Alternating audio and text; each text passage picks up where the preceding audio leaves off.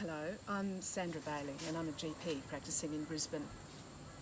It was in 2007 that I saw Al Gore's film, An Inconvenient Truth. And while I felt I was fairly tuned into environmental issues, it really stretched my mind beyond that had been stretched before. And I knew that what we're doing to the climate was going to be a motivator for me for the rest of my life. The implications of it for the human species as well as our fellow species is deeply disturbing.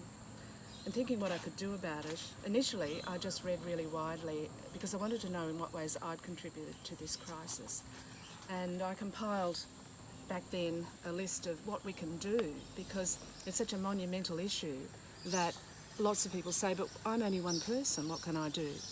Well, there are a couple of hundred ideas on my handwritten sheet. There's heaps we can do.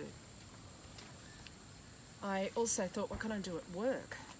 So I put a sign up directly behind me in the consulting room, this sign in fact, that says, feel free to discuss your concerns about climate change with me.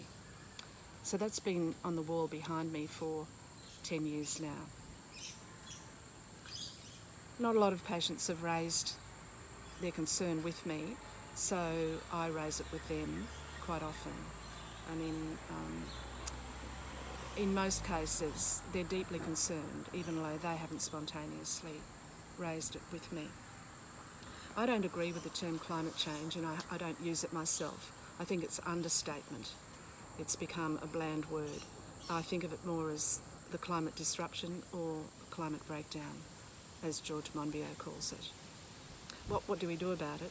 I think the first thing is we all have to be talking about it and thinking about it and taking it personally because it's a behavioural problem. And we're almost at the point of no return now, and unless we do so, the future's in doubt.